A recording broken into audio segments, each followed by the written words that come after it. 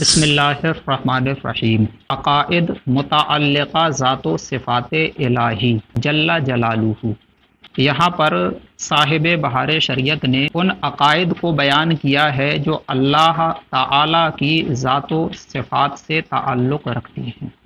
پہلا عقیدہ بیان کیا اللہ عز و جل ایک ہے، جیسا کہ وہ قرآن مقدس میں ارشاد فرماتا ہے قل هو اللہ احد۔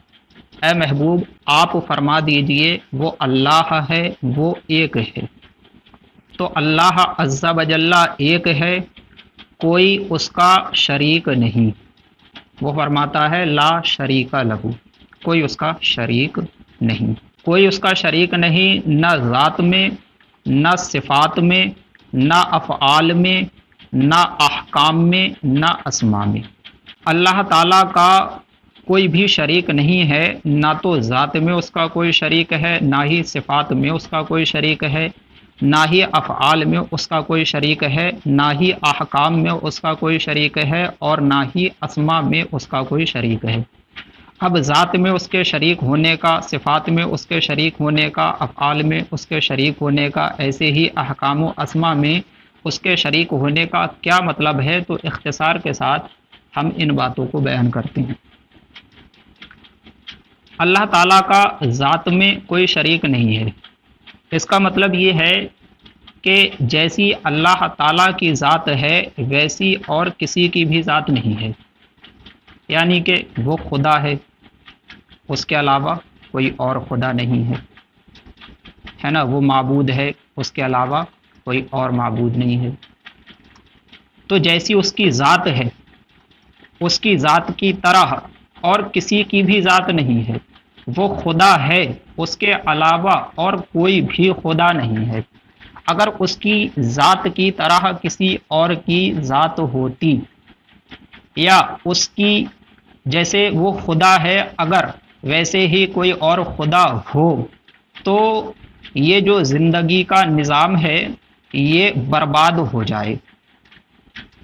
جیسا کہ قرآن مقدس میں ہے لو کانا فیہما آلہۃ الا اللہ لفسدتا، اگر زمین و آسمان میں اللہ کے سوا اور خدا ہوتے تو ضرور تباہ ہو جاتے۔ تو اللہ تعالیٰ کی ذات میں کوئی بھی شریک نہیں ہے، ٹھیک ہے، یعنی جیسی اس کی ذات ہے ویسی کسی کی ذات نہیں ہے، صرف وہی خدا ہے، اس کے علاوہ کوئی اور خدا نہیں ہے۔ یہ مطلب ہے اس کے ذات میں کسی کے شریک نہ ہونے کا۔ صفات میں بھی اس کا کوئی شریک نہیں ہے۔ اس کا مطلب بھی لگ بھگ ایسا ہی ہے کہ جیسی اس کی صفات ہیں، جیسی اللہ تعالیٰ کی صفات ہیں ویسی اور کسی کی بھی صفات نہیں ہیں۔ جیسے اللہ تعالیٰ ازلی ہے، ابدی ہے، ازلی ہے یعنی ہمیشہ سے ہے، ابدی ہے یعنی ہمیشہ رہے گا۔ تو اللہ تعالیٰ کے علاوہ کوئی اور ازلی ابدی نہیں ہے۔ ایسا نہیں ہے کہ اللہ تعالیٰ کے علاوہ کوئی اور مخلوق جو ہے وہ بھی ازلی ہو، ابدی ہو، ہمیشہ سے ہو اور ہمیشہ رہے، ایسا نہیں ہے۔ اسی طرح سے اللہ تعالیٰ ذاتی طور پر سننے اور دیکھنے والا ہے، ٹھیک ہے، یہ سننا اور دیکھنا ذاتی طور پر یہ اللہ تعالیٰ کی صفت ہے۔ تو یہ صفت جیسے اللہ تعالیٰ کے لیے ذاتی طور پر ثابت ہے ویسے ہی کسی اور کے لیے ذاتی طور پر ثابت نہیں ہے۔ اللہ تعالیٰ کے علاوہ اور کوئی ذاتی طور پر سننے والا اور دیکھنے والا نہیں ہے۔ اب یہاں پر ایک اعتراض ہو سکتا ہے، وہ یہ کہ آپ کہہ رہے ہیں کہ جیسی صفات اللہ تعالیٰ کی ہیں ویسی صفات اور کسی کی بھی نہیں ہے۔ حالانکہ اللہ تعالیٰ نے بہت سارے مقامات پر جو صفات اپنے لیے بیان فرمائی ہیں وہی صفات بندوں کے لیے بھی بیان فرمائی ہیں۔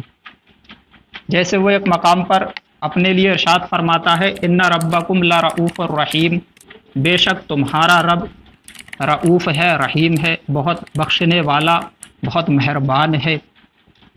اور دوسرے مقام پر سرکار صلی اللہ تعالی علیہ وسلم کو بھی اس نے رؤوف و رحیم فرمایا ہے۔ وہ فرماتا ہے لقد جاءکم رسول من انفسکم عزیز علیہ ما عنتم حریص علیکم بالمؤمنین رؤوف الرحیم، بے شک تمہارے پاس تم میں سے وہ عظیم رسول تشریف لائے جن پر تمہارا مشقت میں پڑھنا بھاری گزرتا ہے، وہ تمہاری بھلائی کے نہایت چاہنے والے ہیں،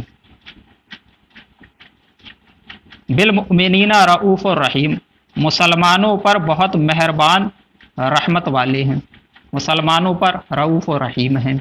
تو دیکھیں آپ، ایک جگہ اللہ تعالیٰ نے اپنے لیے رؤوف و رحیم کی صفت کو بیان فرمایا، اور دوسرے مقام پر سرکار صلی اللہ علیہ وسلم کو بھی اس نے رؤوف و رحیم فرمایا۔ تو اب اس سے بظاہر یہ پتہ چلتا ہے کہ سرکار صلی اللہ تعالیٰ علیہ وسلم ان صفات میں اللہ تعالیٰ کے شریک ہو گئے۔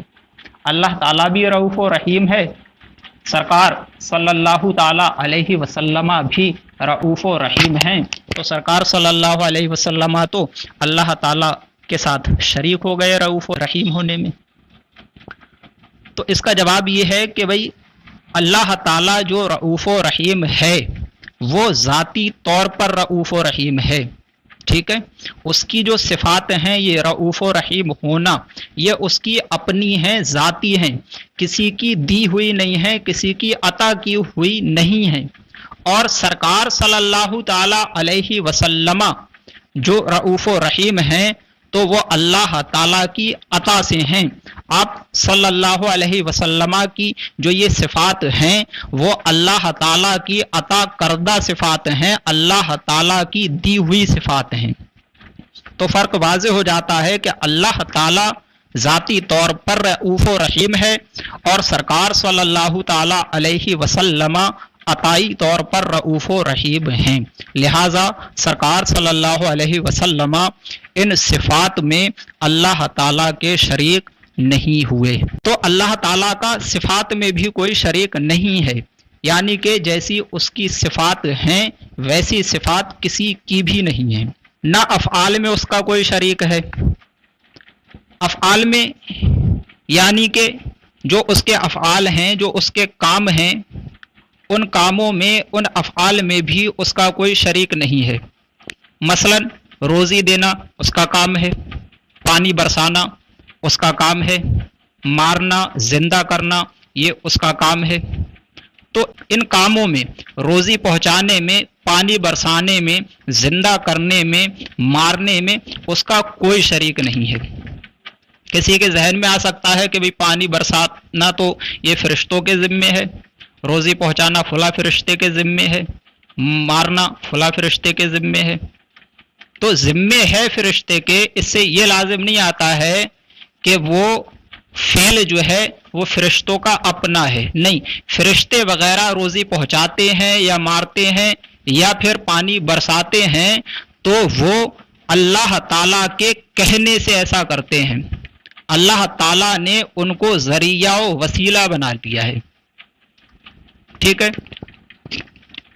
حقیقت میں روزی پہنچانے والا، پانی برسانے والا اور موت دینے والا اللہ رب العزت ہی ہے، فرشتے وغیرہم جو ہیں وہ وسائل و وسائط ہیں۔ فلہذا اللہ تعالیٰ کا اس کے افعال میں بھی کوئی شریک نہیں ہے۔ نہ احکام میں بھی اللہ تعالیٰ کا کوئی شریک نہیں ہے، یعنی کہ اس نے بندوں پر جو احکام نازل فرمائے ان احکام کے نازل فرمانے میں بھی اس کا کوئی شریک نہیں ہے۔ اسما میں بھی اس کا کوئی شریک نہیں ہے، اسما میں یعنی کہ ناموں میں بھی اللہ رب العزت کا کوئی شریک نہیں ہے، جیسا کہ وہ سورہ مریم میں فرماتا ہے ہل تعلم لہ سمیہ، کیا تم اس کا ہم نام جانتے ہو؟ تو اللہ تعالیٰ کے جو اسما ہیں، جو نام ہیں، ان میں بھی اس کا کوئی شریک نہیں ہے۔ اب ہم پھر سے عقیدہ پڑھتے ہیں۔ اللہ تعالیٰ ایک ہے، کوئی اس کا شریک نہیں، نہ ذات میں، نہ صفات میں، نہ افعال میں، نہ احکام میں، نہ اسما میں، تو آپ کے سمجھ میں آ گیا ہوگا ذات میں شریک نہ ہونے کا، صفات میں شریک نہ ہونے کا، ایسے ہی افعال و احکام و اسما میں شریک نہ ہونے کا کیا مطلب ہے۔ آگے کہا واجب الوجود ہے۔ واجب الوجود کا کیا مطلب ہے آگے خود بیان کر دیا، یعنی اس کا وجود ضروری ہے، اس کا وجود ضروری ہے یعنی کہ اس کا ہونا ضروری ہے، اور عدم محال، عدم کا معنی آتا ہے نہ ہونا، ٹھیک ہے، اس کا نہ ہونا، اس کا عدم محال ہے یعنی کہ اس کا نہ ہونا محال ہے، ناممکن ہے۔ واجب الوجود ہے یعنی کہ اس کا وجود ضروری ہے، اس کا ہونا ضروری ہے، اور عدم محال ہے یعنی کہ اس کا نہ ہونا محال ہے۔ آگے کہا قدیم ہے، اللہ تعالی قدیم ہے۔ قدیم کا کیا معنی ہے تو آگے خود بیان کر دیا، یعنی ہمیشہ سے ہے، ہمیشہ سے ہے، ازلی کے بھی یہی معنی ہیں۔ تو اللہ تعالیٰ قدیم ہے یعنی ہمیشہ سے ہے، ازلی کے بھی یہی معنی ہیں۔ قدیم اور ازلی دونوں کا ایک ہی معنی ہے یعنی ہمیشہ سے ہے۔ اللہ تعالیٰ قدیم و ازلی ہے یعنی ہمیشہ سے ہے۔ تو آگے کہا اللہ تعالیٰ قدیم ہے یعنی ہمیشہ سے ہے، ازلی کے بھی یہی معنی ہیں، یعنی قدیم اور ازلی دونوں کا مطلب ایک ہی ہے، یعنی اللہ تعالیٰ ہمیشہ سے ہے۔ بخاری شریف کی حدیث پاک ہے، سرکار صلی اللہ علیہ وسلم نے ارشاد فرمایا، کان اللہ تعالی ولم یکن شیء غیرہ، اللہ تعالی تھا اور اس کے سوا کچھ نہ تھا، یعنی کہ وہ ہمیشہ سے ہے۔ باقی ہے یعنی ہمیشہ رہے گا، اور اسی کو ابدی بھی کہتے ہیں۔ باقی اور ابدی دونوں کا ایک ہی معنی ہے۔ اللہ تعالیٰ باقی و ابدی ہے یعنی کہ ہمیشہ رہے گا۔ اللہ تعالیٰ قدیم و ازلی ہے یعنی ہمیشہ سے ہے، باقی و ابدی ہے یعنی کہ ہمیشہ رہے گا، جیسا کہ وہ سورہ قصص میں فرماتا ہے۔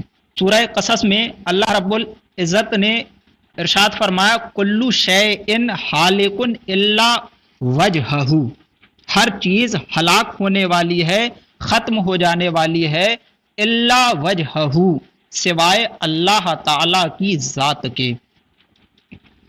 تو اللہ تعالیٰ قدیم ہے یعنی ہمیشہ سے ہے، ازلی کے بھی یہی معنی ہے، باقی ہے یعنی ہمیشہ رہے گا، اور اسی کو ابدی بھی کہتے ہیں۔ وہی اس کا مستحق ہے کہ اس کی عبادت و پرستش کی جائے، جیسا کہ وہ سورہ بقرہ میں ارشاد فرماتا ہے، یا ایھا الناس اعبدوا ربکم الذی خلقکم، اے لوگو عبادت کرو اپنے رب کی جس نے تمہیں پیدا کیا۔ اور سورہ انعام میں فرماتا ہے، ذالکم اللہ ربکم لا الہ الا ہو خالق کل شیء فاعبدوہ، وہی اللہ تمہارا رب ہے جو ہر چیز کا پیدا کرنے والا ہے، اس کے سوا کوئی معبود نہیں، فاعبدوہ، تو تم اس کی عبادت کرو۔ اور سورہ بنی اسرائیل میں فرماتا ہے، وَقَضَىٰ رَبُّكَ أَلَّا تَعْبُدُوا إِلَّا إِيَّاهُ، اور تمہارے رب نے حکم دیا ہے کہ صرف اسی کی عبادت کرو۔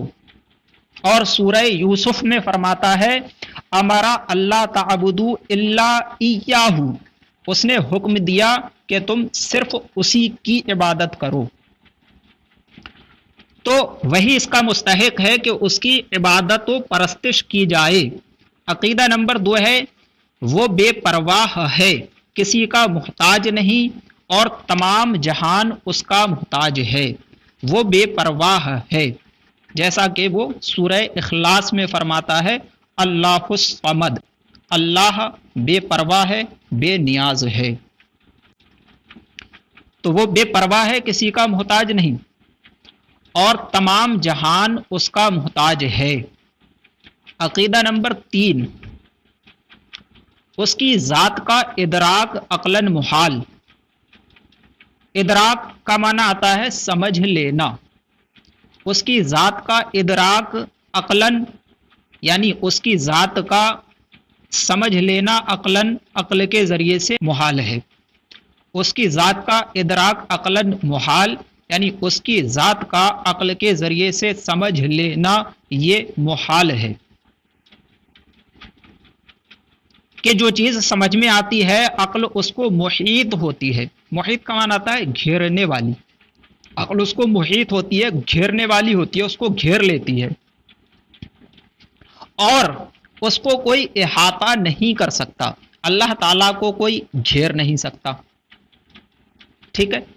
البتہ اس کے افعال کے ذریعے سے اجمالاً اس کی صفات، پھر ان صفات کے ذریعے سے معرفت ذات حاصل ہوتی ہے۔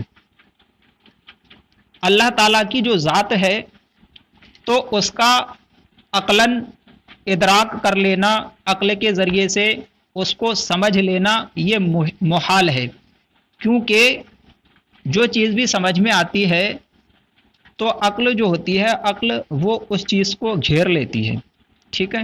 اور اللہ تعالیٰ کی جو ذات ہے، اللہ تعالیٰ کی جو ذات ہے اس کو کوئی گھیر نہیں سکتا، ہے نا، اللہ تعالیٰ کی ذات کو کوئی گھیر نہیں سکتا، جیسا کہ وہ فرماتا ہے لا تدرکہ الابصار، آنکھیں اس کا احاطہ نہیں کر سکتی، آنکھیں اس کو گھیر نہیں سکتی، تو اللہ تعالیٰ کی ذات کا کوئی احاطہ نہیں کر سکتا، اس کی ذات کو کوئی گھیر نہیں سکتا۔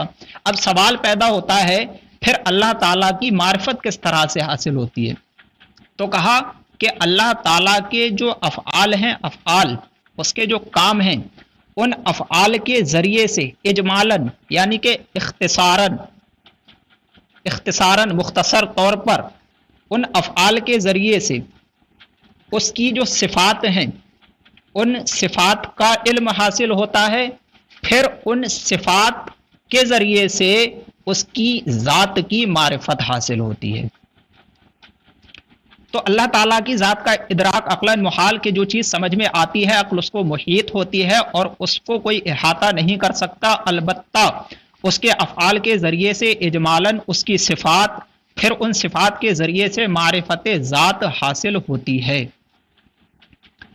عقیدہ نمبر 4 بیان کیا، اس کی صفتیں نہ عین ہیں نہ غیر، اس کی صفتیں نہ عین ہیں نہ غیر، آگے اس کی صفتوں کے عین نہ ہونے اور غیر نہ ہونے کا مطلب یعنی سے بیان کیا ہے۔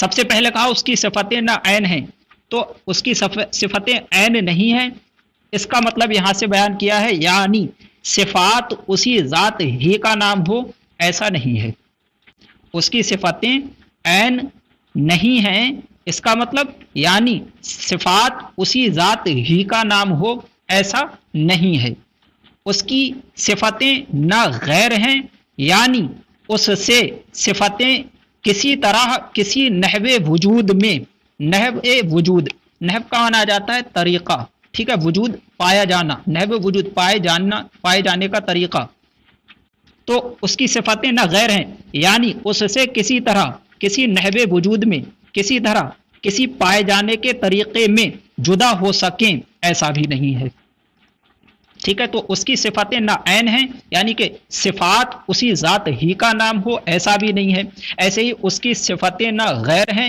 یعنی کہ اس کی صفتیں اس سے کسی طرح سے کسی نحو وجود میں جدا ہو سکے یعنی کسی وقت میں اس سے جدا ہو کر کے پائی جا سکیں ایسا بھی نہیں ہے، کہ نفس ذات کی مقتضا ہیں اور عین ذات کو لازم، ایک ہوتا ہے مقتضی اور دوسرا ہوتا ہے مقتضا۔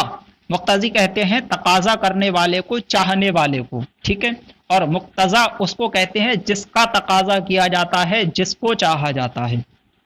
تو اللہ تعالیٰ کی جو صفتیں ہیں نہ عین نہ غیر یعنی اس صفات اسی ذات ہی کا نام ہو ایسا نہیں، اور نہ ہی اس سے کسی طرح کسی نحو وجود میں ہو سکیں ایسا بھی نہیں، کہ نفس ذات کی مقتضا ہیں یعنی نفس ذات کے لیے ان صفات کا تقاضا کیا گیا ہے، نفس ذات ان صفات کی مقتضی ہے اور وہ صفات جو ہیں مقتضا ہیں، ٹھیک ہے، تو نفس ذات کی مقتضا ہیں اور عین ذات کو لازم ہیں یعنی عین ذات کے لیے وہ صفات ضروری ہیں، تو اس کی صفتیں نہ عین ہے نہ غیر، یعنی صفات اسی ذات ہی کا نام ہو ایسا نہیں، اور نہ اس سے کسی طرح کسی نحوے وجود میں جدا ہو سکیں کہ نفس ذات کی مقتضا ہیں، یعنی جو ذات ہے نفس ذات وہ مقتضی ہے، اور جو صفات ہیں وہ مقتضا ہیں، اور عین ذات کو لازم ہے، یعنی اس کی ذات کے لیے وہ صفات ضروری ہیں۔ عقیدہ نمبر 5 بیان کیا، جس طرح اس کی ذات قدیم ازلی ابدی ہے، صفات بھی قدیم ازلی ابدی ہیں۔ قدیم ازلی ابدی کا مطلب ہم نے اوپر پڑھ لیا ہے نا، ابھی عقیدہ نمبر 1 میں پڑھا ہم نے قدیم ازلی ابدی کا کیا مطلب ہے۔ تو اس کی جو صفات جس طرح اس کی ذات قدیم ازلی ابدی ہے، قدیم ازلی ہے یعنی کہ ہمیشہ سے ہے، ابدی ہے یعنی کہ ہمیشہ رہے گی، ٹھیک ہے، جس طرح اس کی ذات قدیم ازلی ہے، ہمیشہ سے ہے، ابدی ہے، ہمیشہ رہے گی، صفات بھی قدیم ازلی ہیں یعنی کہ ہمیشہ سے ہیں، ابدی ہیں یعنی ہمیشہ رہیں گی۔ عقیدہ نمبر 5 بیان کیا، اس کی صفات نہ مخلوق ہیں نہ زیر قدرت داخل۔ مخلوق اس کو کہتے ہیں جس کو پیدا کیا گیا ہو، تو اس کی جو صفات ہیں وہ مخلوق نہیں ہے، ان کو پیدا نہیں کیا گیا ہے۔ نہ زیر قدرت داخل، زیر قدرت داخل ہونے کا مطلب یہ ہے کہ اس کی جو صفات ہیں ان صفات کو اللہ تعالیٰ کی جو قدرت ہے وہ شامل نہیں ہے، مطلب وہ صفات اس کی قدرت کے تحت نہیں ہیں، اس کی قدرت کے زیر نہیں ہیں۔ اس کو ایک مثال سے سمجھیں، جیسے اللہ تعالیٰ حی ہے، حی، ٹھیک ہے، تو اللہ تعالیٰ کی جو صفت ہے یہ حی یعنی کہ زندہ ہونا، یہ صفت اس کے زیر قدرت داخل نہیں ہے، یعنی کہ وہ اس صفت کے ختم کرنے پر قادر نہیں ہے۔ ایسا نہیں ہے کہ وہ کسی وقت میں اس صفت کو ختم کر دے، ایسا نہیں ہے، کیونکہ اگر اللہ تعالیٰ کی یہ صفت جو حی ہے اس کو زیر قدرت داخل مان لیں، یہ مان لیں کہ اللہ تعالیٰ کی یہ صفت جو ہے یہ اس کی قدرت کے تحت ہے، اس کی قدرت اس کو شامل ہے، تو پھر ایسی صورت میں اس صفت کا حادث ہونا لازم آئے گا، یعنی کہ یہ صفت جو ہے اس کی قدرت کے زیر اگر ہوگی تو پھر وہ اس صفت کے ختم کرنے پر قادر ہوگا، اور جب اس صفت کے ختم کرنے پر قادر ہوگا تو پھر یہ صفت جو ہے یہ ابدی نہیں رہے گی، مطلب ممکن ہو جائے گی، اور یہ درست نہیں ہوگا۔ تو اللہ تعالیٰ کی جو صفات ہیں وہ اس کے زیر قدرت نہیں ہے، ایسا نہیں ہے کہ وہ کسی وقت میں اپنی ان صفات کو ختم کر دے، وہ حی ہے تو ایسا نہیں ہے کہ وہ اپنے حی ہونے کی جو صفت ہے اس صفت کو ختم کر دے، تو یہ مطلب ہے زیر قدرت داخل نہ ہونے کا۔ اس کی مزید بحث آگے غالباً مسئلہ نمبر 9 یا 10 یا کوئی دوسرا ہے اس میں آ رہی ہے۔ ذات و صفات کے سوا سب چیزیں حادث ہیں، حادث ہونے کا مطلب بیان کیا، یعنی پہلے نہ تھیں پھر موجود ہوئیں، بعد میں موجود ہوئیں، ٹھیک ہے۔ اللہ تعالیٰ کی جو ذات ہے اور صفات ہے وہ حادث نہیں ہے، اس کی ذات و صفات کے سوا جتنی بھی چیزیں ہیں وہ ساری کی ساری حادث ہیں، یعنی کہ پہلے نہیں تھیں پھر موجود ہوئیں، پہلے نہیں تھی اللہ تعالیٰ کے پیدا کرنے سے موجود ہوئیں۔ عقیدہ نمبر 8 میں کہا صفات الہی کو جو مخلوق کہے یعنی کہ یہ کہے کہ اللہ تعالیٰ کی جو صفات ہیں وہ پیدا کی گئی ہیں، یا حادث بتائے، حادث ہونے کا اوپر مطلب بتائی دیا، یعنی پہلے نہ تھیں، یہ کہے اگر اللہ تعالیٰ کی صفات کو جو مخلوق کہے یا حادث بتائے، یہ کہے کہ پہلے نہیں تھی، تو وہ گمراہ بددین ہے۔ عقیدہ نمبر 9 بیان کیا ہے، جو عالم میں سے کسی شے کو قدیم مانے یعنی ہمیشہ سے مانے، یا اس کے حدوث میں شک کرے، اس کے حدوث میں یعنی اس کے حادث ہونے میں شک کرے، یہ کہے کسی چیز کے تعلق سے کہ صاحب وہ پہلے بھی تھی، حادث ہونے کا مطلب اوپر بیان کیا نا کہ وہ جو پہلے نہ ہو پھر موجود ہو، اس کو کہتے ہیں حادث۔ اب کسی چیز کے بارے میں مثلا یہ کہے کہ وہ حادث نہیں ہے، وہ حادث نہیں ہے، یعنی وہ ایسا نہیں ہے کہ کوئی کہ فلاں چیز جو ہے وہ پہلے نہ تھی پھر موجود ہوئی، ایسا نہیں ہے۔ اگر یہ کہتا ہے تو ایسا کہنے والا کافر ہے۔ تو جو عالم میں سے کسی شے کو قدیم مانے یعنی ہمیشہ سے مانے، یا اس کے حدوث میں یعنی کہ اس کے حادث ہونے میں شک کرے، پہلے نہ ہوئی پھر موجود ہوئی، اس بات میں اگر شک کرے تو وہ کافر ہے۔ عقیدہ نمبر 10 بیان کیا، نہ وہ کسی کا باپ ہے، لم یلد، لم یلد اس نے کسی کو پیدا نہیں کیا، نہ بیٹا، ولم یولد اور نہ ہی اس کو کسی نے پیدا کیا۔ تو نہ وہ کسی کا باپ ہے نہ بیٹا، نہ اس کے لیے بیوی، متخذ صاحبہ اللہ تعالیٰ نے بیوی نہیں بنائی، نہ اس کے لیے بیوی جو اسے بیٹا باپ یا بیٹا بتائے یا اس کے لیے بیوی ثابت کرے، کافر ہے، بلکہ جو ممکن بھی کہے گمراہ بددین ہے۔ تو اللہ تعالیٰ نہ تو کسی کا باپ ہے نہ ہی کسی کا بیٹا ہے اور نہ ہی اس کے لیے بیوی ہے۔ اگر کوئی اسے باپ کہے کسی کا یا کسی کا بیٹا کہے یا اس کے لیے بیوی ثابت کرے، اس کے لیے بیوی مانے، تو وہ کافر ہے۔ شفا شریف میں ہے، من ادعا لہ ولدن او صاحبتن او والدن او متولدن من شیئن فذالک کلہ کفر باجماع المسلمین۔ جو شخص یہ دعویٰ کرے کہ اللہ تعالیٰ کے لیے بیٹا ہے یا بیوی ہے یا باپ ہے یا یہ کہ وہ کسی چیز سے پیدا ہونے والا ہے، فذالک کلہ کفر باجماع المسلمین، تو یہ ساری باتیں با اجماع مسلمین کفر ہیں۔ تو اللہ تعالیٰ نہ کسی کا باپ ہے نہ بیٹا، نہ اس کے لیے بیوی جو اسے باپ یا بیٹا بتائے یا اس کے لیے بیوی ثابت کرے، کافر ہے، بلکہ جو ممکن بھی کہے، جو ممکن بھی کہے گمراہ بددین ہے۔ آگے عقیدہ نمبر 11 بیان کیا، وہ حی ہے، حی ہے یعنی خود زندہ ہے اور سب کی زندگی اس کے ہاتھ میں ہے، جسے جب چاہے زندہ کرے اور جب چاہے موت دے۔ وہ حی ہے، جیسا کہ وہ سورہ بقرہ میں فرماتا ہے، هو الحی القیوم، وہ حی ہے، قیوم ہے۔ تو وہ حی ہے یعنی خود زندہ ہے اور سب کی زندگی اس کے ہاتھ میں ہے، جسے جب چاہے زندہ کرے اور جب چاہے موت دے۔ وَهُوَ الَّذِي يُحْيِي وَيُمِيتُ، اور وہی ہے جو زندہ کرتا ہے اور موت دیتا ہے۔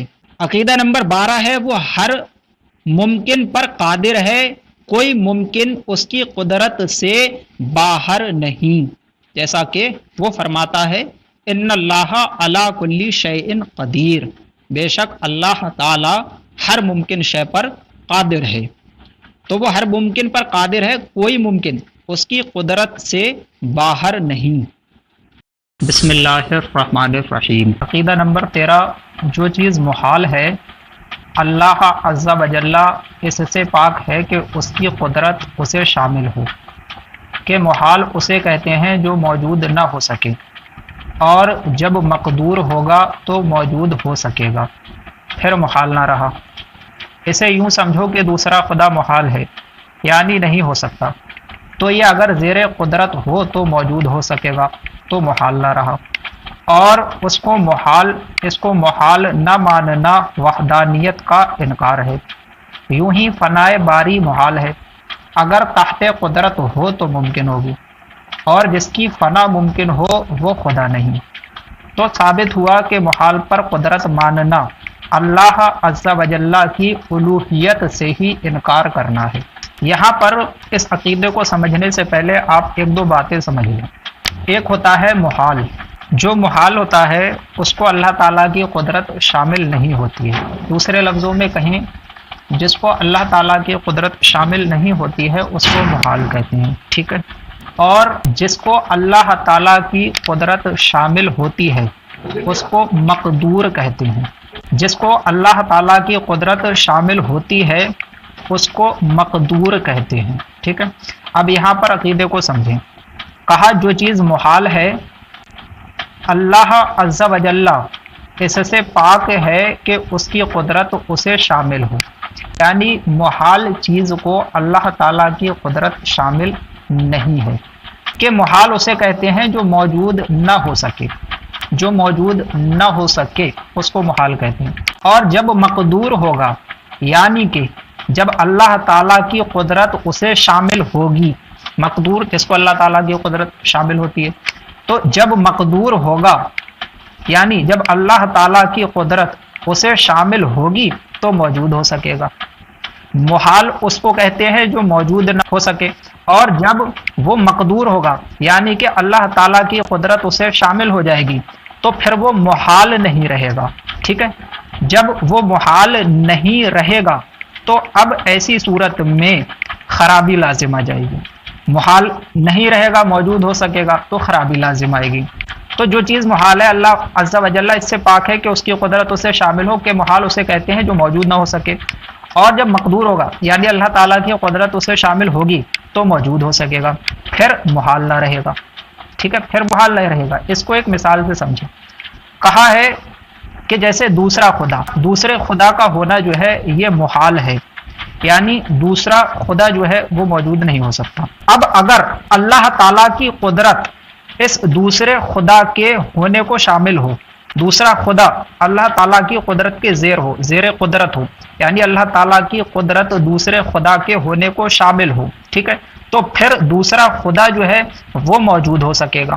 دوسرے خدا کا ہونا کیا ہے؟ محال ہے، یعنی نہیں ہو سکتا، ٹھیک ہے؟ اگر اللہ تعالیٰ کی قدرت دوسرے خدا کے ہونے کو شامل ہوگی تو پھر وہ موجود ہو سکے گا۔ جب وہ موجود ہو سکے گا تو پھر وہ محال نہیں رہے گا۔ اور اس بات کو محال نہ ماننا یعنی دوسرے خدا کے ہونے کو محال نہ ماننا، یہ وحدانیت کا انکار کرنا ہے۔ پھر اللہ تعالیٰ کو واحد نہ ماننا لازم آئے گا اگر یہ مان لیں گے کہ دوسرے خدا کے ہونے کو اللہ تعالیٰ کی قدرت شامل ہے، ٹھیک ہے؟ تو کہا اسے یوں سمجھو کہ دوسرا خدا محال ہے یعنی نہیں ہو سکتا، تو یہ اگر زیر قدرت ہو تو موجود ہو سکے گا تو محال نہ رہا، اور اس کو محال نہ ماننا وحدانیت کا انکار ہے۔ دوسری مثال دی ہے، کہا یوں ہی فنائے باری محال ہے۔ فنائے باری اللہ تعالیٰ کا فنا ہو جانا، ختم ہو جانا، یہ محال ہے، یعنی ایسا نہیں ہو سکتا، ٹھیک ہے؟ اگر تحت قدرت ہو یعنی کہ اللہ تعالیٰ کی قدرت اللہ تعالیٰ کے فنا ہونے کو شامل ہو تو ممکن ہوگی، اللہ تعالیٰ کی فنا جو ہے وہ ممکن ہو جائے گی، اور جس کی فنا ممکن ہو وہ خدا نہیں۔ تو ثابت ہوا کہ محال پر قدرت ماننا اللہ عز و جل کی الوہیت سے ہی انکار کرنا ہے، اللہ تعالیٰ کے الہ ہونے سے ہی انکار کرنا ہے۔ عقیدہ نمبر 14 ہے، ہر مقدور کے لیے ضروری نہیں کہ موجود ہو جائے، البتہ ممکن ہونا ضروری ہے اگرچہ کبھی موجود نہ ہو۔ ہر مقدور کے لیے یعنی ہر وہ چیز جس کو اللہ تعالیٰ کی قدرت شامل ہے اس کے لیے ضروری نہیں ہے کہ موجود ہو جائے، البتہ ممکن ہونا ضروری ہے اگرچہ کبھی موجود نہ ہو۔ مثلا اللہ تعالیٰ اس بات پر قادر ہے کہ وہ ایک ایسا جانور پیدا فرمائے جس کا سر جو ہے وہ 7ویں آسمان میں ہو اور اس کے پاؤں جو ہیں وہ 7ویں زمین میں ہوں، اور اس کے 1 کروڑ ہاتھ ہوں، 2 کروڑ اس کے پاؤں ہوں، اور 10 کروڑ اس کے سینگ ہوں، 20 کروڑ اس کے کان ہوں۔ مثلا ایسا جانور پیدا کرنے پر یا ایسی مخلوق پیدا کرنے پر اللہ تعالیٰ قادر ہے، پیدا کر سکتا ہے نا؟ تو ایسی مخلوق کے پیدا کرنے کو اللہ تعالیٰ کی قدرت جو ہے وہ شامل ہے، لیکن اب ضروری نہیں ہے کہ ایسی مخلوق جو ہے وہ موجود ہو جائے۔ البتہ ممکن ہونا ضروری ہے، اگرچہ کبھی موجود نہ ہو، ایسا جانور موجود نہیں ہوگا، ایسی مخلوق موجود نہیں ہوگی، لیکن اللہ تعالیٰ کی قدرت اس کو شامل ہے کہ وہ ایسی مخلوق کو پیدا کر دے، ہے نا، ایسی مخلوق کے پیدا کرنے کو اللہ تعالیٰ کی قدرت شامل ہے، لیکن ضروری نہیں ہے کہ ایسی مخلوق پیدا ہو جائے۔ ہاں ممکن ہے کہ ایسی مخلوق پیدا ہو جائے، وہ پیدا فرما دے۔ تو 14ویں عقیدے میں کہا ہر مقدور کے لیے ضروری نہیں کہ موجود ہو جائے، البتہ ممکن ہونا ضروری ہے اگرچہ کبھی موجود نہ ہو۔ عقیدہ ہے وہ ہر کمال و خوبی کا جامع ہے، ہر کمال و خوبی کا جامع ہے، یعنی اس میں ہر کمال اور ہر خوبی ہے، اور ہر اس چیز سے جس میں عیب و نقصان ہے پاک ہے، یعنی عیب و نقصان کا اس میں ہونا محال ہے، بلکہ جس بات میں نہ کمال ہو نہ نقصان ہو وہ بھی اس کے لیے محال۔ ٹھیک، تو عیب و نقصان کا اس میں ہونا محال ہے، مثلا جھوٹ، دغا، خیانت، ظلم، جہل، بے حیائی وغیرہ عیوب اس پر قطعاً محال ہیں، یہ سارے عیب ہیں، جھوٹ بولنا، دغا کرنا، خیانت کرنا، ظلم، جہل، بے حیائی وغیرہ یہ سارے عیوب ہیں، تو یہ عیوب اس پر قطعاً محال ہیں۔ اور یہ کہنا کہ جھوٹ پر قدرت ہے بئی معنی، اس معنی کر کے وہ خود جھوٹ بول سکتا ہے، محال کو ممکن ٹھہرانا ہے اور خدا کو عیبی بتانا، بلکہ خدا سے انکار کرنا ہے اور یہ سمجھنا کہ محالات پر قادر نہ ہوگا تو قدرت ناقص ہو جائے گی، باطل محض ہے، یہ محض باطل ہے۔ اگر اللہ تعالیٰ کی قدرت محال کو شامل نہیں ہے تو اس میں اللہ تعالیٰ کی قدرت کا قصور نہیں ہے، بلکہ قصور اس محال کا ہے کہ اس کے اندر اللہ تعالیٰ کی قدرت کے شامل ہونے کی صلاحیت نہیں۔ تو محالات پر قادر نہ ہوگا، یہ سمجھنا کہ محالات پر قادر نہ ہوگا تو قدرت ناقص ہو جائے گی، باطل محض ہے، محض باطل ہے کہ اس میں قدرت کا کیا نقصان، نقصان تو اس محال کا ہے کہ تعلق قدرت کی اس میں صلاحیت نہیں۔ عقیدہ نمبر 16 میں بیان کیا حیات، قدرت، سننا، دیکھنا، کلام، علم، ارادہ اس کی صفات ذاتیہ ہیں۔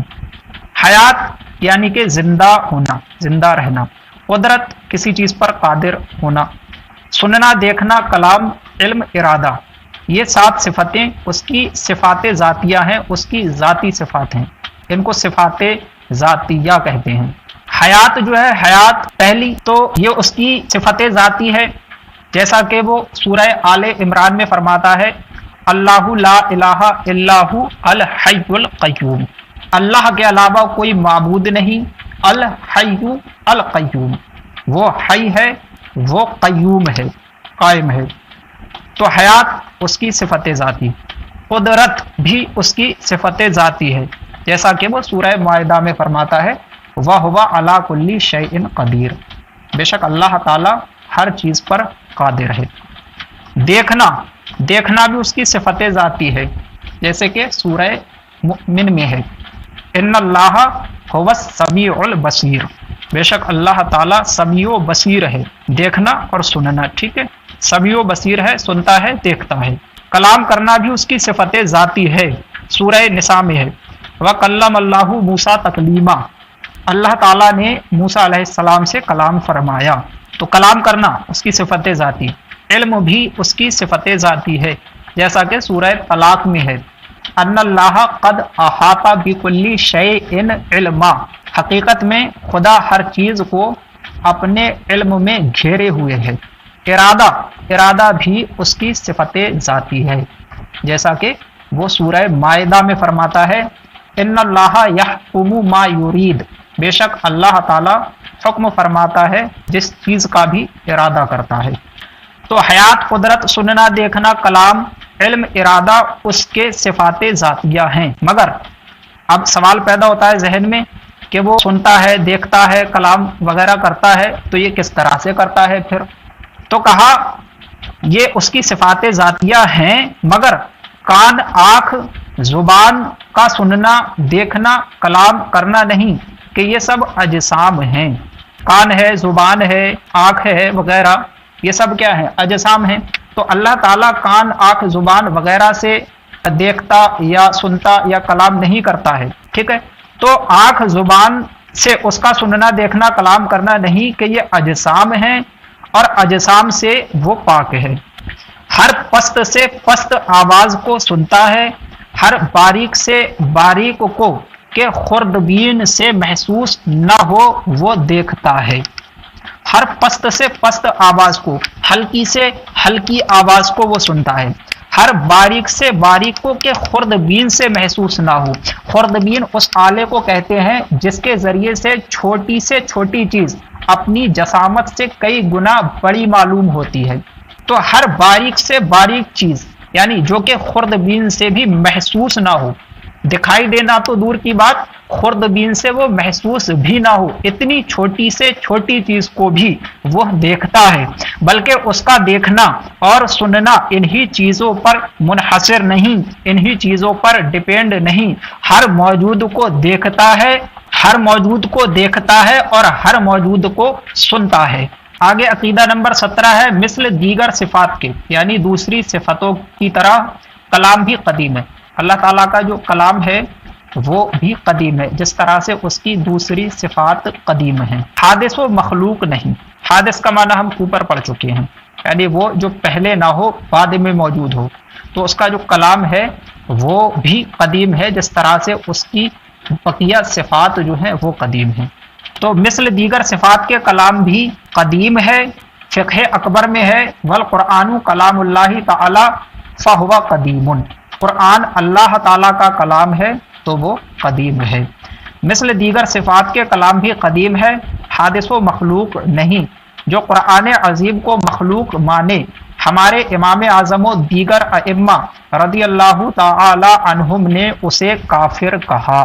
منہر روز میں ہے، امام اعظم رضی اللہ تعالی عنہ نے اپنی کتاب وصیہ میں فرمایا، من قال بأن اللہ تعالی مخلوق فَهُوَ كَافِرٌ بِاللَّهِ الْعَظِيمِ، جس شخص نے یہ کہا کہ اللہ تعالیٰ کا کلام مخلوق ہے تو وہ اللہ رب العزت کے ساتھ کفر کرنے والا ہے۔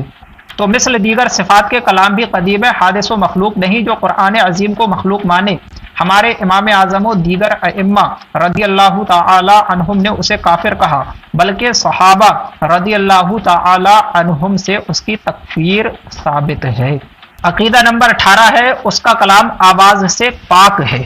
اللہ تعالیٰ کا جو کلام ہے وہ آواز سے پاک ہے، جیسا کہ منہ الروض میں ہے، ان کلامہ لیس من جنس الحروف والاصوات، بے شک اللہ تعالیٰ کا کلام حروف و اصوات کی جنس سے نہیں ہے، اس کا کلام آواز سے پاک ہے۔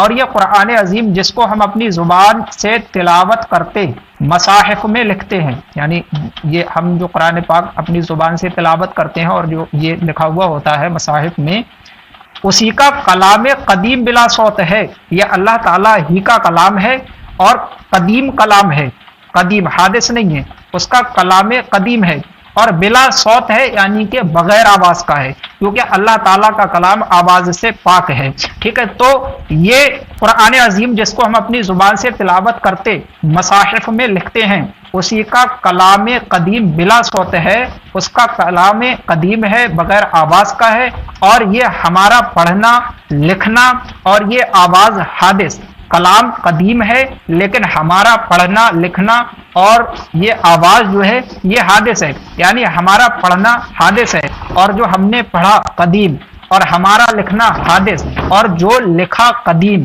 ہمارا سننا حادث اور جو ہم نے سنا قدیم، ہمارا حفظ کرنا حادث اور جو ہم نے حفظ کیا قدیم، ہمارا حفظ کرنا حادث اور جو ہم نے حفظ کیا قدیم، یعنی متجلا قدیم ہے اور تجلی حادث ہے۔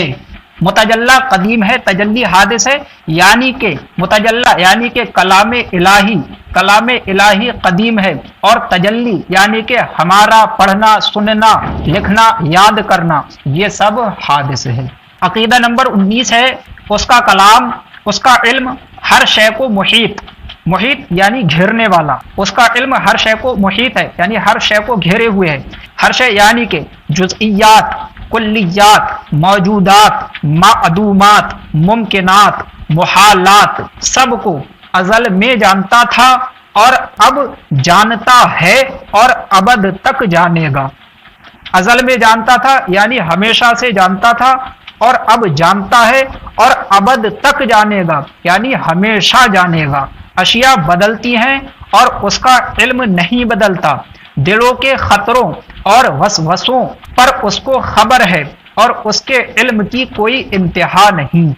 سورہ تغابن میں ہے، اللہ تعالیٰ ارشاد فرماتا ہے یعلم ما فی السماوات والارض ویعلم ما تسرون وما تعلنون واللہ علیم بذات الصدور۔ اللہ جانتا ہے جو کچھ آسمانوں میں ہے اور جو کچھ زمین میں ہے۔ وَيَعْلَمُ مَا تُسِرُّونَ وَمَا تُعْلِنُونَ، اور وہ اس کو بھی جانتا ہے جو تم چھپاتے ہو اور جو تم ظاہر کرتے ہو۔ واللہ علیم بذات الصدور، اور اللہ تعالیٰ سینوں کے راز جانتا ہے۔ سورہ انعام میں ہے وَعِندَهُ مَفَاتِحُ الْغَيْبِ لَا يَعْلَمُهَا إِلَّا هُوَ وَيَعْلَمُ مَا فِي الْبَرِّ وَالْبَحْرِ وَمَا تَسْقُطُ مِنْ وَرَقَةٍ إِلَّا يَعْلَمُهَا وَلَا حَبَّةٍ فِي ظُلُمَاتِ الْأَرْضِ وَعِندَهُ مَفَاتِحُ الْغَيْبِ، اور اسی کے پاس غیب کی کنجیاں ہیں۔ لا يَعْلَمُهَا إِلَّا هُوَ، ان کو اس کے سوا کوئی نہیں جانتا، اسی کے پاس غیب کی کنجیاں ہیں، ان کو اس کے سوا کوئی نہیں جانتا۔ وَيَعْلَمُ مَا فِي الْبَرِّ وَالْبَحْرِ، اور وہ جانتا ہے جو کچھ خشکی میں ہے اور جو کچھ سمندر میں ہے۔ وَتَسْقُطُ مِنْ وَرَقَةٍ إِلَّا يَعْلَمُهَا، اور ایک پتا بھی نہیں گرتا مگر وہ جانتا ہے، اگر ایک پتا بھی گرتا ہے تو اس کو بھی وہ جانتا ہے۔ وَلَا حَبَّةٍ فی ظلمات الارض، زمین کے اندھیروں میں ایک دانہ نہیں جس کو وہ نہ جانتا ہو، مطلب زمین کے اندھیروں میں جو ایک دانہ بھی ہوتا ہے اس کو بھی وہ جانتا ہے۔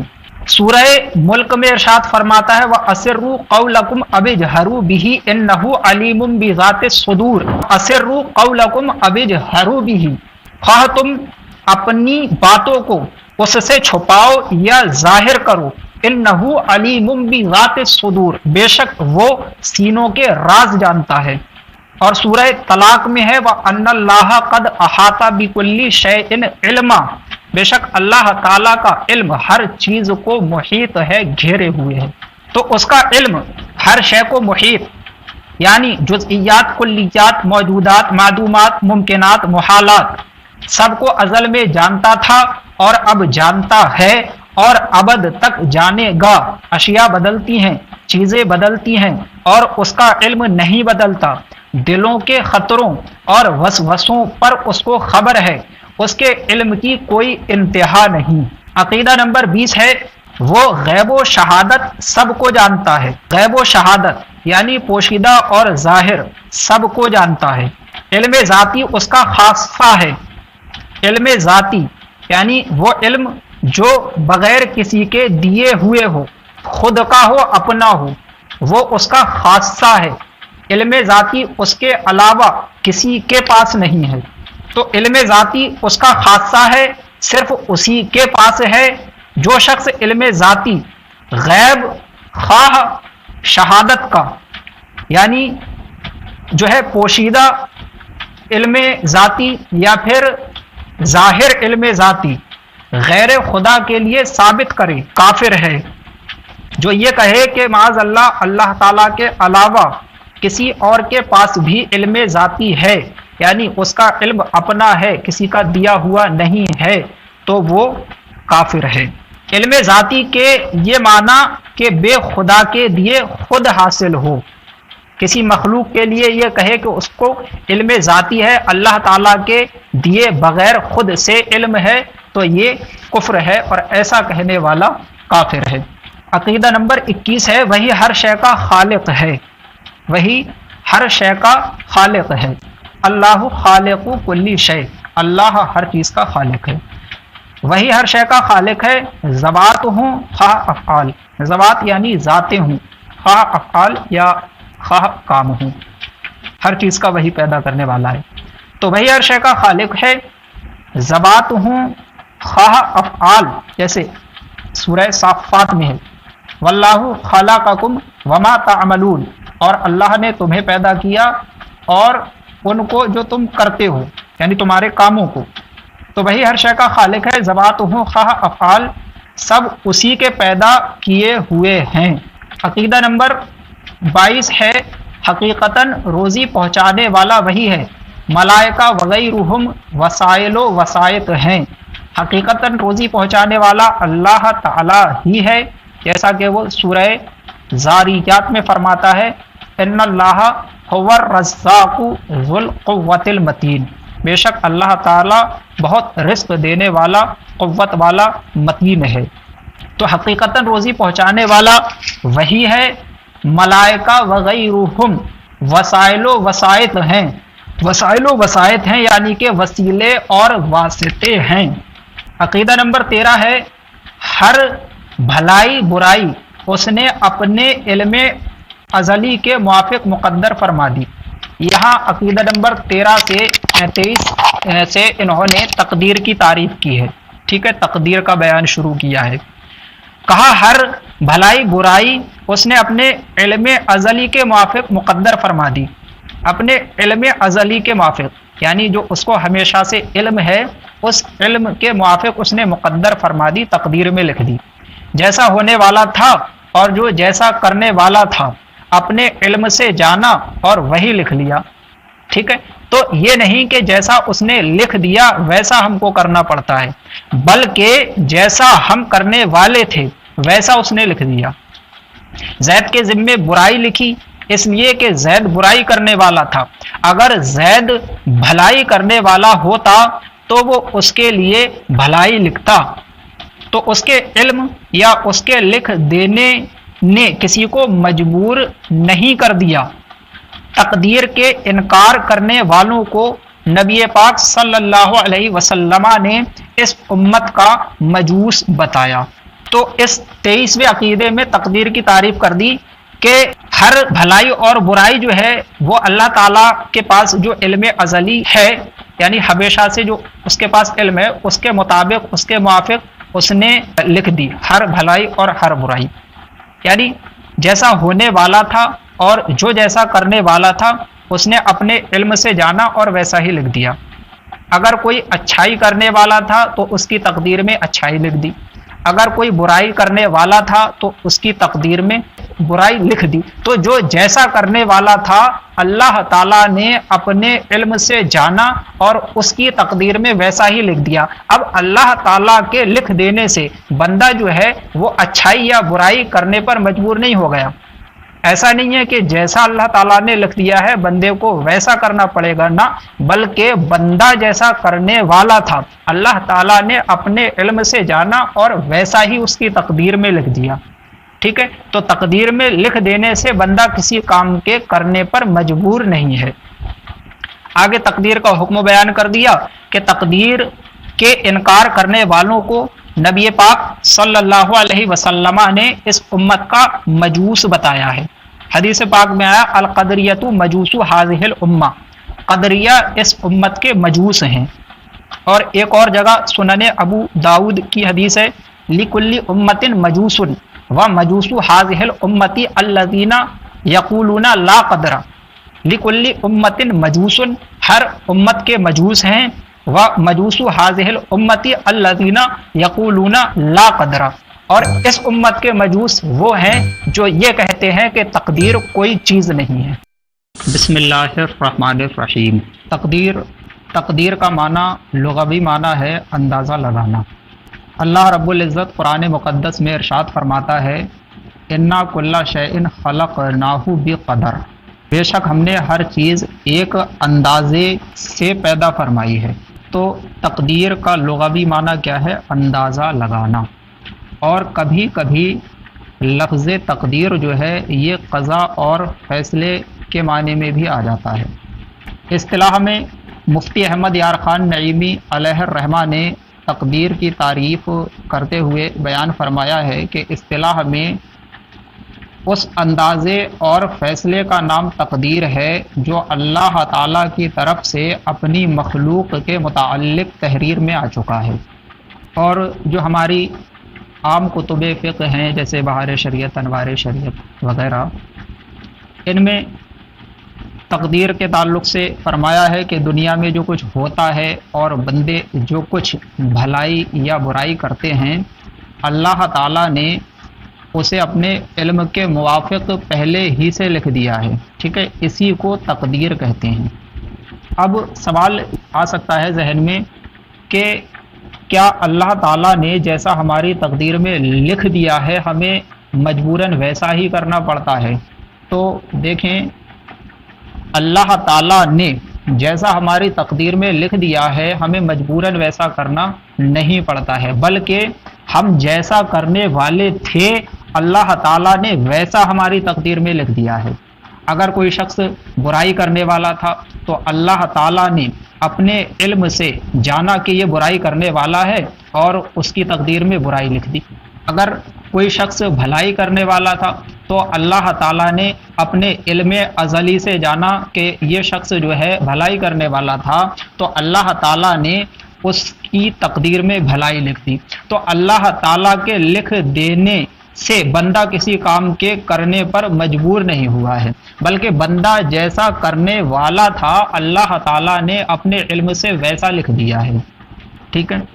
تقدیر جو ہے، تقدیر اس پر ایمان لانا بھی ضروریات دین میں سے ہے۔ اگر کوئی شخص تقدیر پر ایمان نہیں لاتا ہے تو گویا کہ وہ ایک ضرورت دینی پر ایمان نہیں لاتا ہے، اور ایسا شخص جو ہے وہ مسلمان نہیں ہے۔ سرکار صلی اللہ علیہ وسلم نے تقدیر کا انکار کرنے والوں کے تعلق سے فرمایا، القدریۃ مجوس ھذہ الامہ، تقدیر کا انکار کرنے والے اس امت کے مجوسی ہیں۔ مجوسی کہتے ہیں آتش پرست کو، آگ کی پوجا کرنے والے کو۔ تو حدیث پاک میں آیا القدریۃ مجوس ھذہ الامہ، تقدیر کا انکار کرنے والے اس امت کے مجوسی ہیں۔ اور ایک اور مقام پر آیا لکل امت مجوس و مجوس ھذہ الامۃ الذین یقولون لا قدر، ہر امت میں مجوس ہوئے ہیں اور اس امت کے مجوسی وہ ہیں جو یہ کہتے ہیں کہ تقدیر کوئی چیز نہیں ہے۔ تو ہم نے 23ویں عقیدے میں تقدیر کی تعریف پڑھی اور تقدیر کے انکار کرنے والوں کا حکم پڑھا۔ آج 24ویں عقیدے میں تقدیر کی قسموں کا بیان ہے۔ تقدیر کی کتنی قسمیں ہو جاتی ہیں یہ بتائیں گے 24ویں عقیدے میں۔ تو آپ لوگ اختصاراً پہلے اس عقیدے کو سمجھ لیں۔ تقدیر کی 3 قسمیں ہو جاتی ہیں، مبرم حقیقی، معلق محض اور معلق شبیہ بمبرم۔ مبرم حقیقی وہ تقدیر ہے کہ علم الہی میں کسی بھی شے پر وہ معلق نہیں ہے۔ وہ تقدیر جو علم الہی میں کسی شے پر معلق نہیں ہے اس کو کہتے ہیں مبرم حقیقی۔ معلق یعنی کہ ڈیپینڈ نہیں ہے، کسی بھی چیز پر، کسی بھی شے پر وہ ڈیپینڈ نہیں ہے، اس کو کہتے ہیں مبرم حقیقی۔ دوسری قسم معلق محض، اس تقدیر کو کہتے ہیں جو صحف ملائکہ میں کسی شے پر معلق ہے۔ صحف ملائکہ یعنی ملائکہ کے، فرشتوں کے جو صحیفے ہیں، ان کو جو صحیفے دیے گئے ہیں، ان کو جو دفاتر دیے گئے ہیں، ان صحیفوں میں، ان دفتروں میں یہ بتا دیا گیا ہے کہ یہ فلاں چیز پر معلق ہے، یہ تقدیر فلاں چیز پر معلق ہے، فلاں چیز پر ڈیپینڈ ہے۔ تو یہ دوسری قسم کی تقدیر ہو گئی۔ تیسری قسم معلق شبیہ بمبرم، معلق شبیہ بمبرم یعنی کہ جو تیسری قسم ہے یہ پہلی والی قسم کے مشابہ ہے۔ معلق شبیہ بمبرم، اس کو معلق مشابہ بمبرم بھی کہہ سکتے ہیں۔ یہ وہ تقدیر ہے جو صحف ملائکہ میں جس کا معلق ہونا جو ہے مذکور نہیں ہے، یعنی فرشتوں کو جو صحیفے دیے گئے ہیں ان صحیفوں میں یہ نہیں بتایا گیا ہے کہ یہ تقدیر جو ہے کسی شے پر معلق ہے، البتہ علم الہی میں اس کا معلق ہونا جو ہے یہ ظاہر ہے۔ تو یہ 3 قسمیں ہیں تقدیر کی، معلق، مبرم حقیقی، معلق محض اور معلق شبیہ بمبرم۔ اب ان میں سے ہر ایک کا اختصاراً حکم سن لیں۔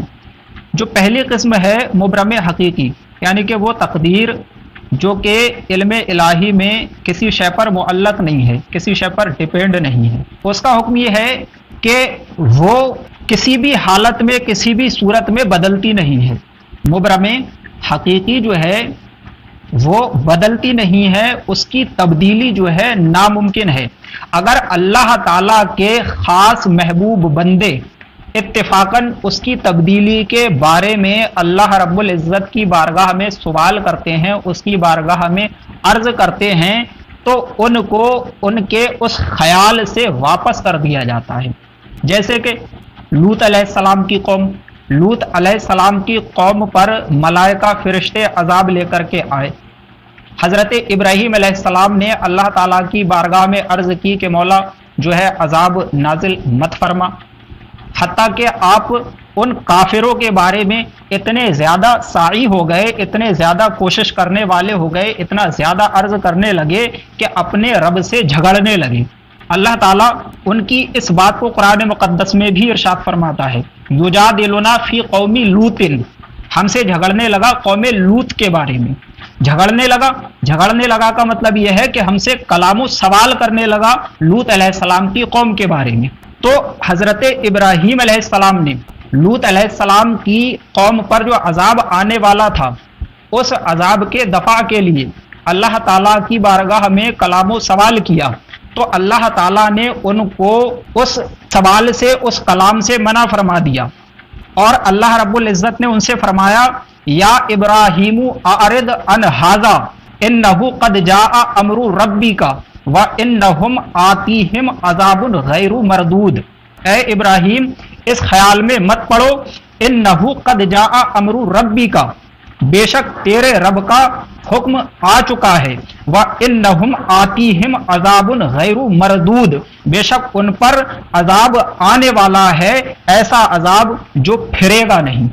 تو حضرت ابراہیم علیہ السلام نے اللہ تعالیٰ کی بارگاہ میں عرض کی، تو ابراہیم علیہ السلام سے فرما دیا گیا کہ اے ابراہیم اس خیال میں مت پڑو، بلکہ تمہارے رب کا حکم آ چکا ہے، اور قوم لوط پر وہ عذاب آنے والا ہے جو پھرنے والا نہیں ہے۔ تو قوم لوط پر، لوط علیہ السلام کی قوم پر جو عذاب آیا تھا وہ مبرم حقیقی تھا۔ اس کے بارے میں ابراہیم علیہ السلام نے سوال کیا تو اللہ تعالیٰ نے ان کو منع فرما دیا، ہے نا۔ تو پہلی قسم مبرم حقیقی کا حکم یہ ہے کہ اس میں تبدیلی جو ہے ناممکن ہے، اس میں تبدیلی نہیں ہوتی ہے، اور اگر اتفاقاً اللہ تعالیٰ کے محبوب بندے، اللہ تعالیٰ کے خاص بندے اس کی تبدیلی کے بارے میں اس کی بارگاہ میں سوال کرتے ہیں، تو ان کو ان کے سوال سے منع فرما دیا جاتا ہے، اور ان کو جو ہے اس فعل سے روک دیا جاتا ہے۔ دوسری جو قسم ہے معلق محض، اس کا حکم یہ ہے کہ اللہ تعالیٰ کے جو نیک بندے ہیں، ایسے ہی جو اولیاء کرام ہیں، چاہے وہ اکابر اولیاء کرام ہوں یا اصاغر اولیاء کرام ہوں، ٹھیک ہے، اکابر و اصاغر تمام اولیاء کرام کی، یا کہیں اکثر اولیاء کرام کی اس تک رسائی ہوتی ہے۔ دوسری والی قسم کی قضا تک، قضائے معلق محض، ٹھیک ہے، اس تک اکثر اولیاء کرام کی رسائی ہوتی ہے۔ وہ اللہ تعالیٰ کی بارگاہ میں اس کے دفع ہونے کا سوال کرتے ہیں، اس کے دفع کرنے کا سوال کرتے ہیں، اس کی تبدیلی کا سوال کرتے ہیں، تو اللہ تعالیٰ ان کی بات مان لیتا ہے اور اس کو دفع فرما دیتا ہے، اس کو تبدیل کر دیتا ہے۔ اسی والی تقدیر کے تعلق سے اللہ رب العزت نے قرآن مقدس میں ارشاد فرمایا ہے، یمحو اللہ ما یشاء ویثبت وعندہ ام الکتاب۔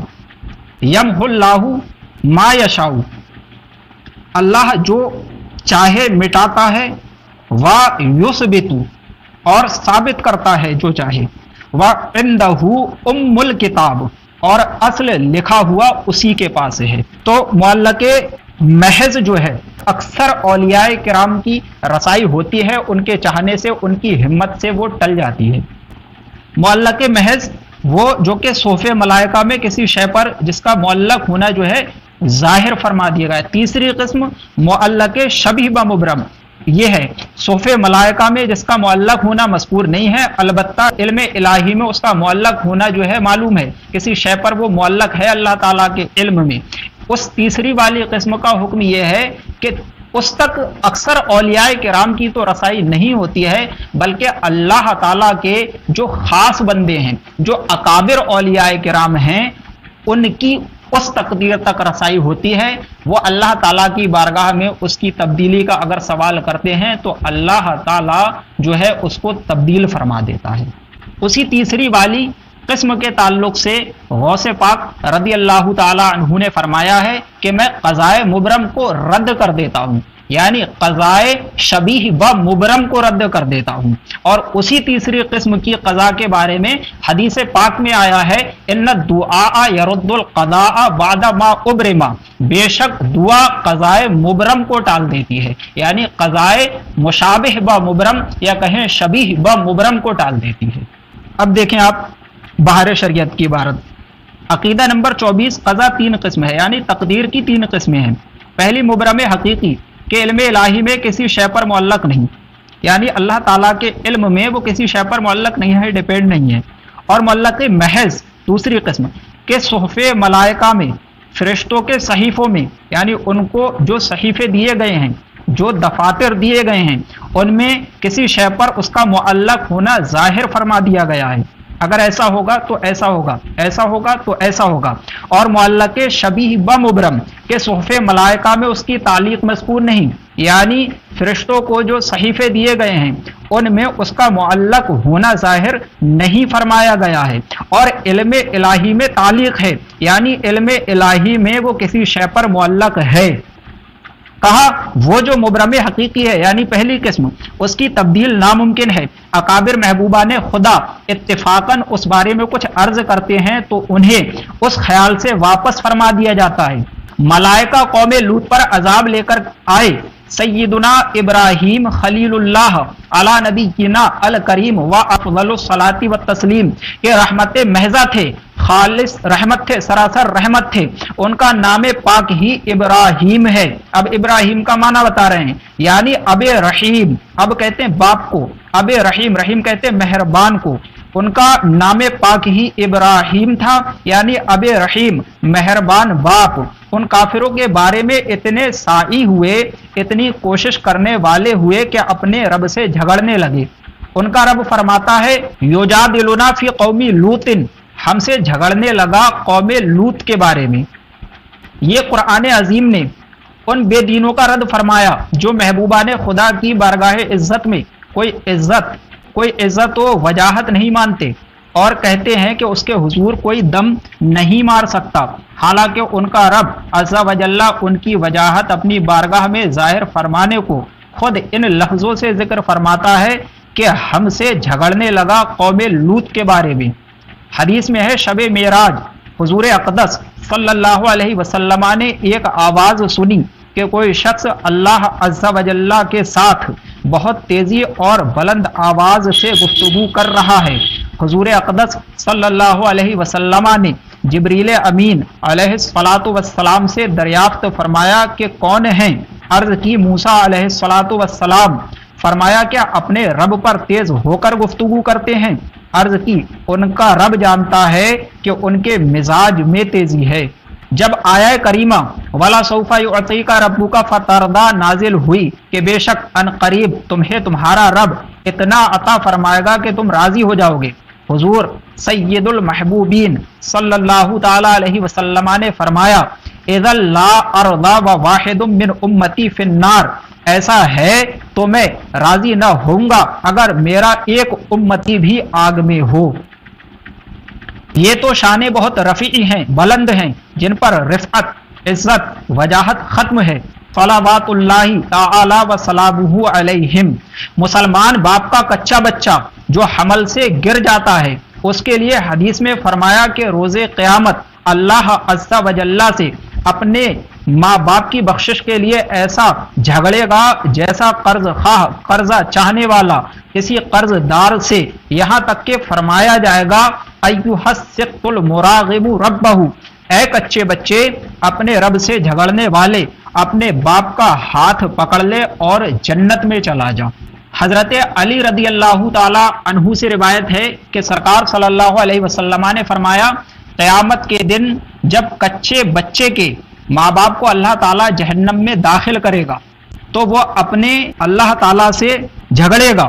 فَيُقَالُ أَيُّهَا السِّقْطُ الْمُرَاغِمُ رَبَّهُ أَدْخِلْ أَبَوَيْكَ الْجَنَّةَ، تو اس سے کہا جائے گا، اس سے فرمایا جائے گا، اے کچے بچے، اپنے رب عز و جل سے جھگڑنے والے، اپنے ماں باپ کو جنت میں لے جا. فَيَجُرُّهُمَا بِسَرَارِهِ حَتَّى يُدْخِلَهُمَا الْجَنَّةَ، تو وہ بچہ جو ہے وہ اپنے ماں باپ کو ناف سے کھینچتے ہوئے جنت میں لے جائے گا، ناف سے کھینچے گا یہاں تک کہ انہیں جنت میں داخل کر دے گا. فَيَجُرُّهُمَا بِسَرَارِهِ حَتَّى يُدْخِلَهُمَا الْجَنَّةَ، وہ کچا بچہ جو ہے وہ اپنے والدین کو ناف سے کھینچے گا یہاں تک کہ وہ ان کو جنت میں داخل کر دے گا. تو حدیث پاک میں فرمایا کہ روز قیامت اللہ عز و جل سے اپنے ماں باپ کی بخشش کے لیے ایسا جھگڑے گا جیسا قرض خواہ کسی قرض دار سے، یہاں تک کہ فرمایا جائے گا ایھا السقط المراغم ربہ، اے کچے بچے اپنے رب سے جھگڑنے والے، اپنے ماں باپ کا ہاتھ پکڑ لے اور جنت میں چلا جا. خیر یہ تو جملہ معترضہ تھا، یعنی بیچ میں جو ہے یہ ایک ایسی بات کہہ دی جس کا پہلی اور بعد والی بات سے تعلق نہیں ہے.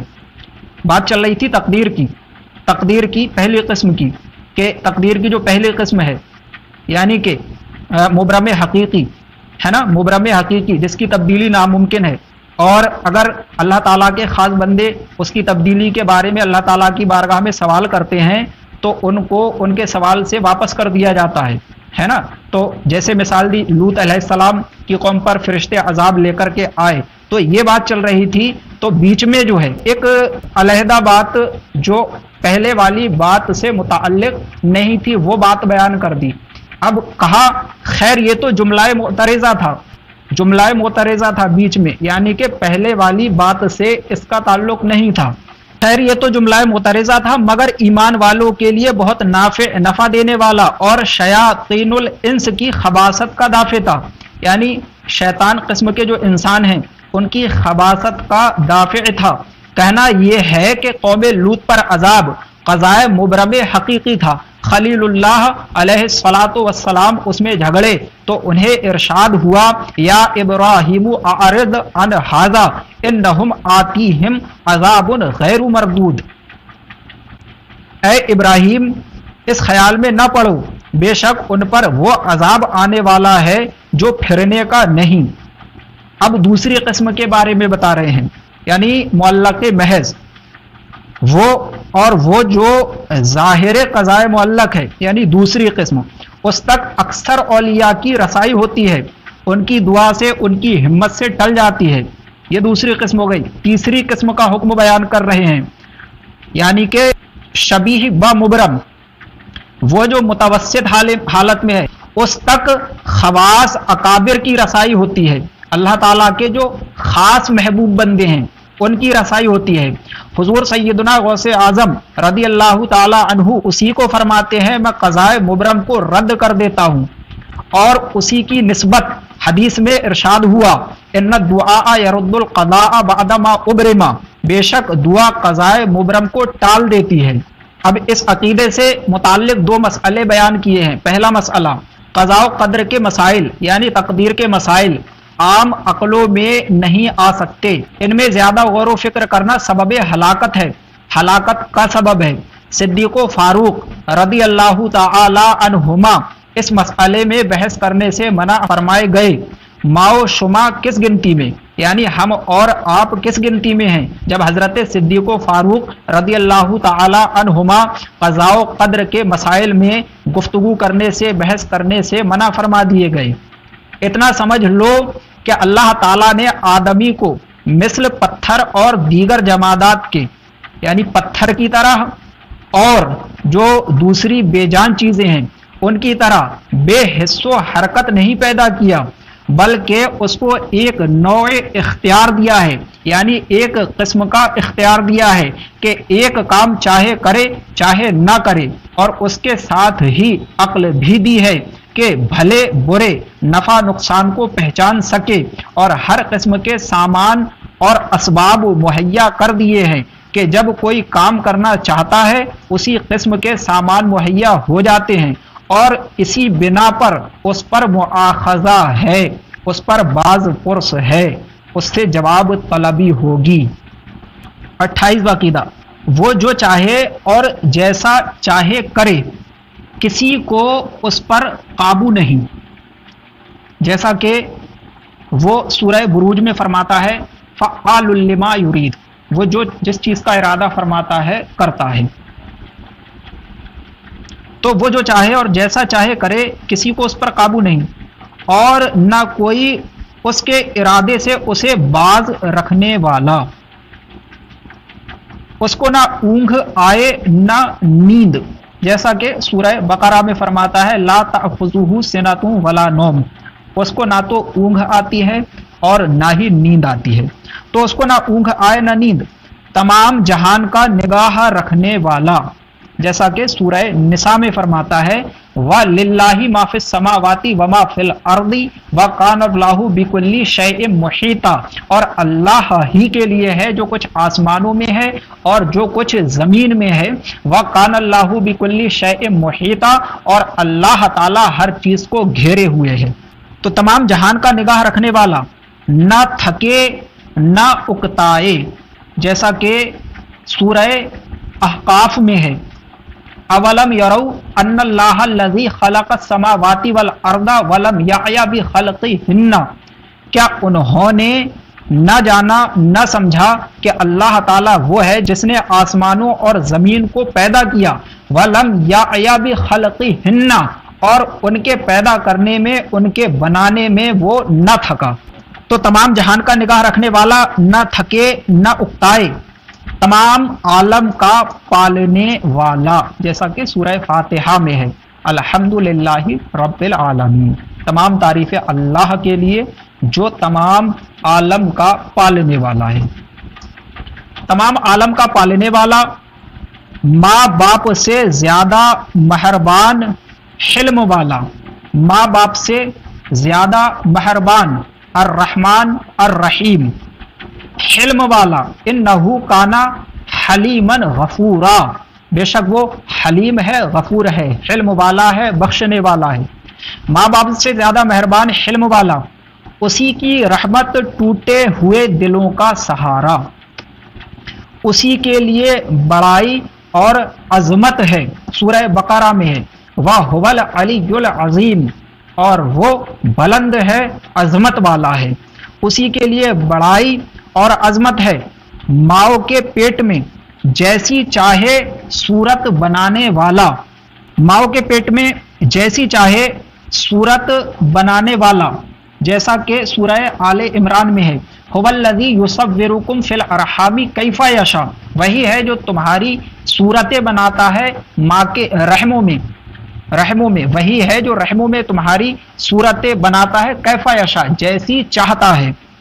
تو ماؤں کے پیٹ میں جیسی چاہے صورت بنانے والا، گناہوں کو بخشنے والا، توبہ قبول کرنے والا، قہر و غضب فرمانے والا، گناہوں کو بخشنے والا، گناہوں کو بخشنے والا، توبہ قبول کرنے والا، قہر و غضب فرمانے والا، غافر ذنبی و قابل توبی شدید العقاب، وہ گناہ کو بخشنے والا ہے اور توبہ قبول کرنے والا ہے، شدید العقاب، سخت عذاب والا ہے۔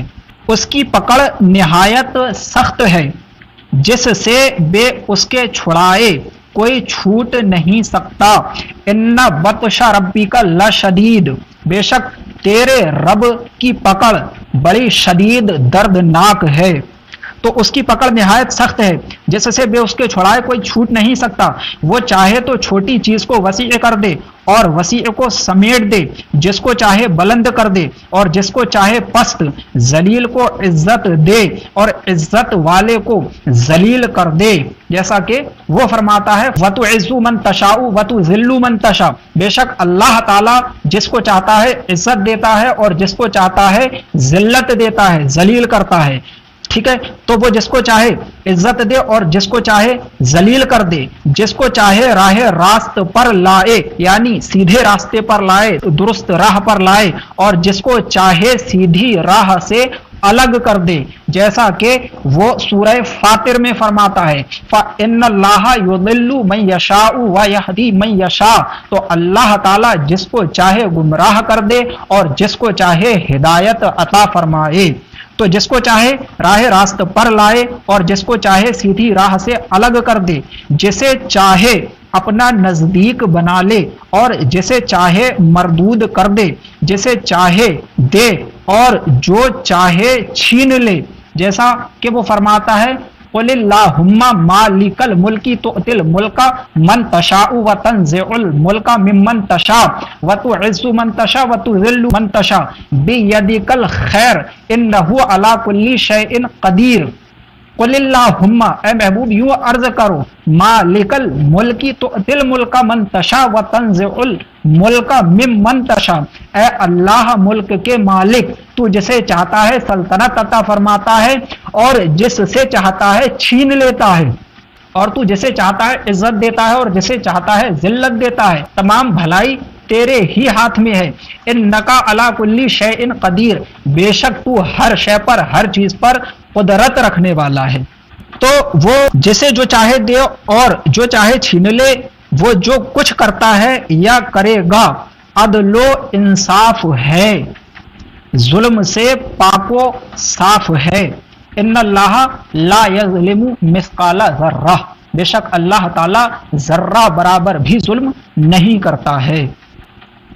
نہایت بلند و بالا ہے، وَهُوَ الْعَلِيُّ الْكَبِيرُ، وہ بلند ہے اور کبیر ہے، وہ سب کو محیط ہے یعنی سب کو گھیرے ہوئے ہے۔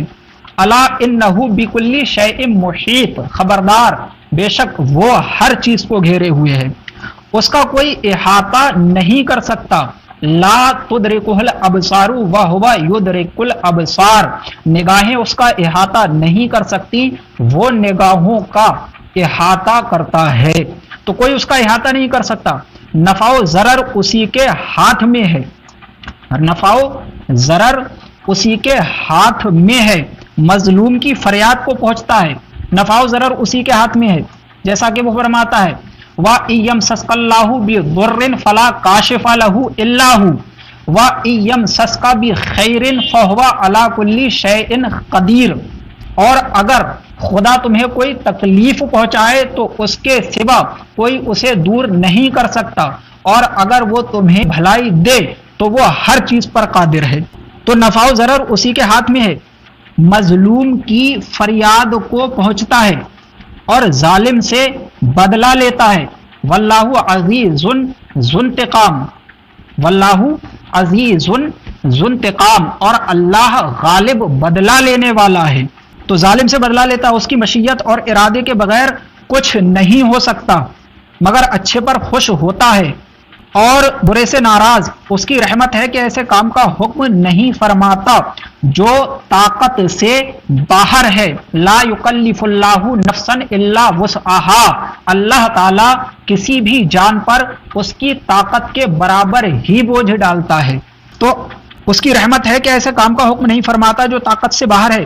اللہ عز و جل پر عذاب یا ثواب یا بندے کے ساتھ لطف یا اس کے ساتھ وہ کرنا جو اس کے حق میں بہتر ہو، اس پر کچھ واجب نہیں۔